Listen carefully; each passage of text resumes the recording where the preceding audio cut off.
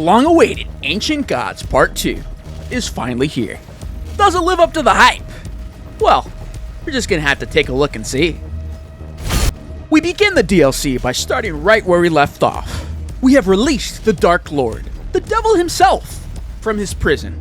And now, it is our job to rip his heart from his body and end this demonic war once and for all. So we start off in the Sentinel realm, in a level called the World Spear, and our goal is to find a crystal that will allow us to travel to the Dark Lord's realm. Before we go any further, I can't be the only one that got stuck at the beginning of the level at this stupid damn rock. Initially, I thought you were supposed to get on top of it, so I tried ballista boosting. But apparently, that is not what you're supposed to do.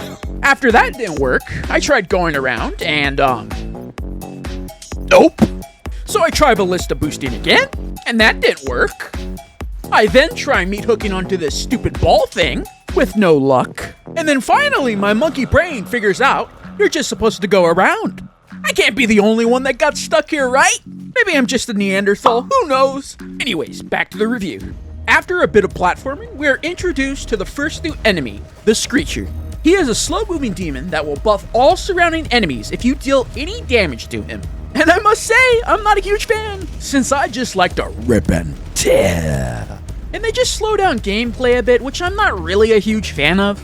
Though I must say, there is an interesting encounter with them involving two marauders that we'll talk about later.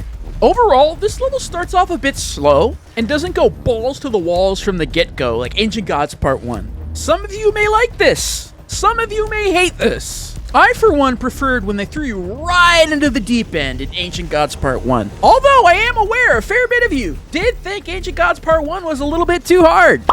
I, for one, wasn't one of those people. Believe it or not, they actually went back and nerfed Ancient Gods Part 1 with the release of this DLC. Although this level does start off fairly easy compared to the first DLC, they do, however, get fairly creative with the enemy encounters, in this level especially. We have an area with a billion imps. We have another area with a bunch of pinkies running at you at the same time. And then we have what I like to call the worst Doom encounter of all time.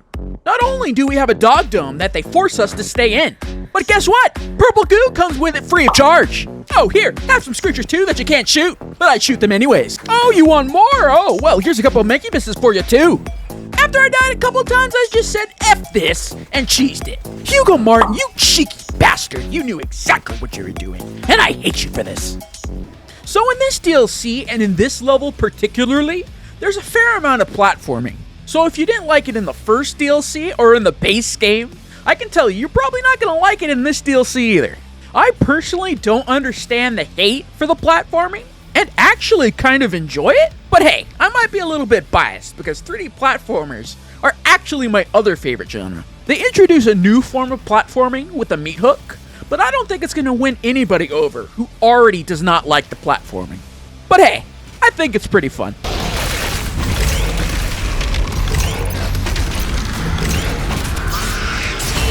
Speaking of meat hooks, the new meat hook device that they throw into some arenas is literally my favorite thing ever. It's an absolute shame they didn't put these in the base game.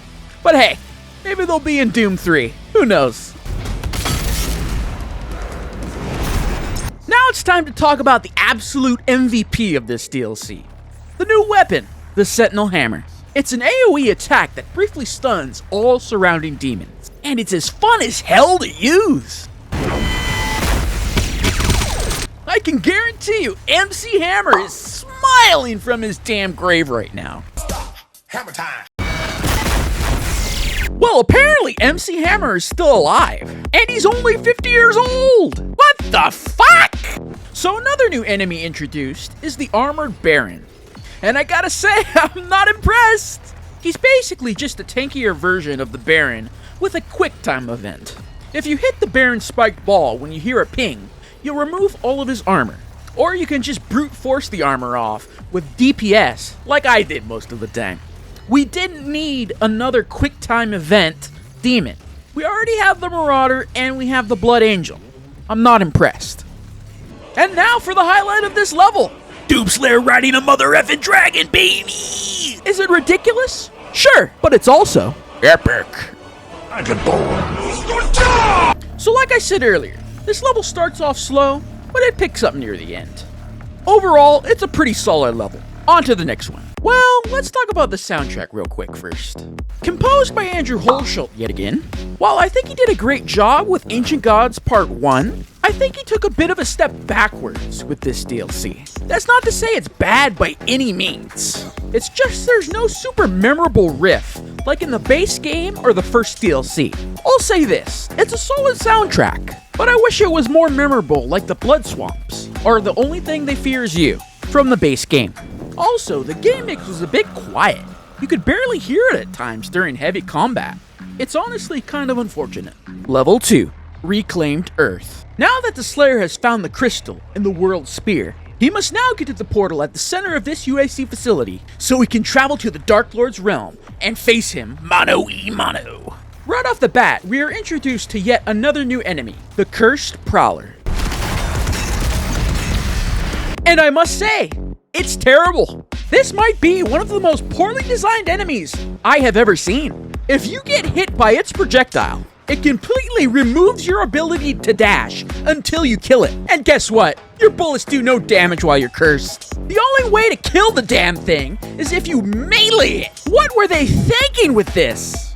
It's awful. Found in this level and throughout this DLC are these things called escalation encounters. You destroy a gore nest and you're given a wave of enemies. Fairly standard, nothing too difficult. But after you beat the wave, and if you destroy the gore nest again, you are given a much harder wave of enemies this time around. The first wave is unavoidable, but the second wave is completely optional, and there for those who want a challenge. I must say, I'm a big fan of this, and I think it's id Software's way of compromising by giving us Doom nerds the hardcore gameplay we want, and also keeping it completely optional so the crybabies who thought the first DLC was too hard don't complain to their mommies. Oh, and you also get a cool skin too for completing it a second time. Now you can show how much better you are than everyone else at Doom. Now it's time for another new enemy I hate! The Riot Soldier is basically a shield soldier on crack. His shield is invincible and will tank all incoming damage. The only way you can deal damage to these clowns is if you shoot explosives behind them. All I can say is why? Yet another questionable enemy made by id Software. Are you guys ready for the M. Night Shyamalan Ding Dong plot twist? There's actually a new enemy I like! The Stone Imp is an alternate version of the demon with a fast rolling attack. I enjoy the minigame of having to bop and weave out of danger. It gets the blood pumping. It's too bad all the other new enemies suck! And really? More purple goo, Hugo? You're just trolling at this point. So this level only took me around 30 minutes to complete. I would say it's short, but sweet. Level 3. Immora. Up until this point, I kind of felt a little lack of epicness. But oh boy, does it pick up here, baby. Sure, it might be straight out of Avengers Endgame, but it's just as cool now as it was then.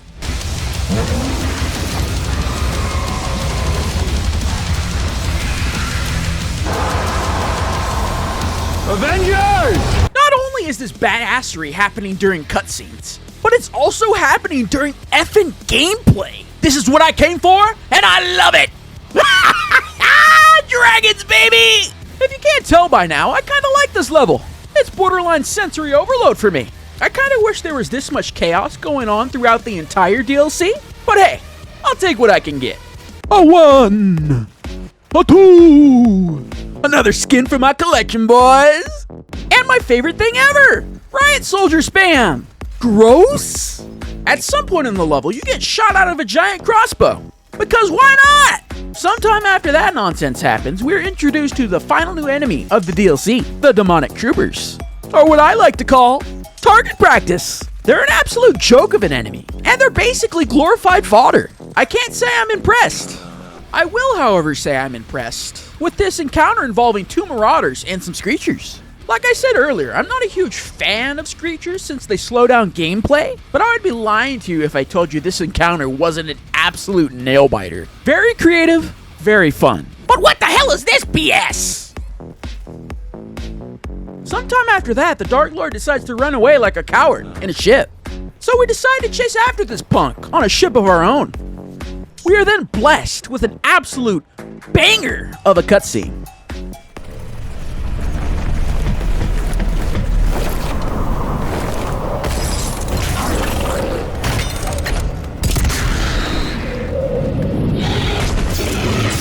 Level 4, the Dark Lord.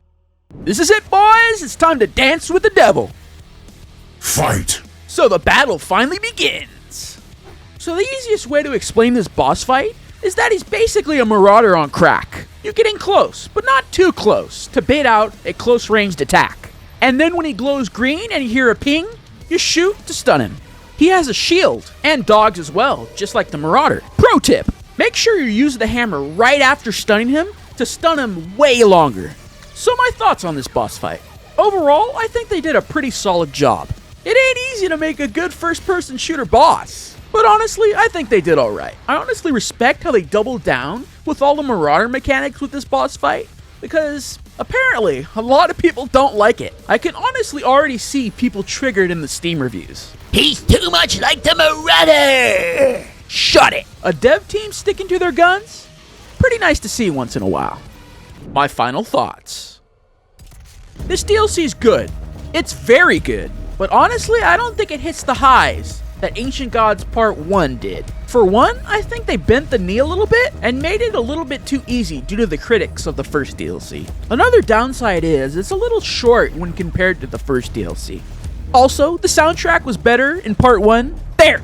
I said it! With all that being said, I think it's a satisfying conclusion to the Doomslayer storyline. And if you like Doom Eternal, I think you'll enjoy this DLC. That's all I have left to say, boys. If you enjoyed my review, please drop a like and maybe subscribe, as I plan to upload weekly, or at the very least, every other week. Also, be sure to follow me on Twitch, as I stream multiple times a week. The link's in the description. Thanks for watching.